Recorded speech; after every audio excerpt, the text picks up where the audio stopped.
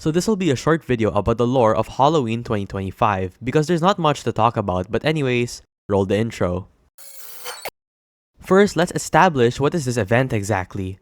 Well, to put it simply, this whole event takes place in a different timeline, a different universe that's different from ours. The event description states that in another dimension, the Emperor's explosion shattered the moon, causing ancient calamity entities to be resurrected and consume the world.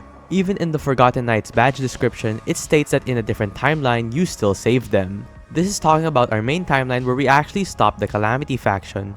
Meanwhile, in the other timeline, we failed to do so, and they took over most of the world according to the advisor.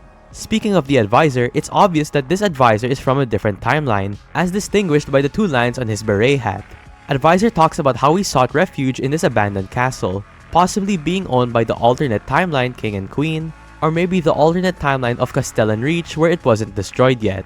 Anyways, most of the enemies we see are ancient calamity entities, and most of them don't really have that much lore to them besides the Tormentor and Harvest Witch, who have outfits similar to the ones of the Awakened, the Apostle, who looks like the wall that the Wall Pusher pushes, and the Coffin Head, who looks like the armor of the Dreadnoughts. This tells us that a lot of the enemies are somehow tied to the Awakened somehow, as their outfits are very similar.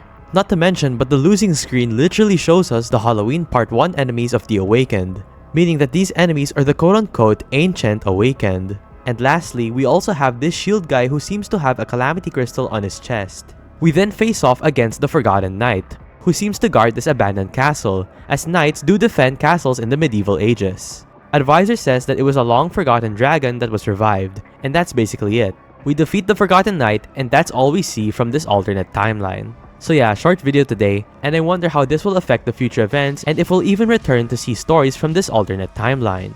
And remember, that's just a theory. A TDX game theory. Thanks for watching.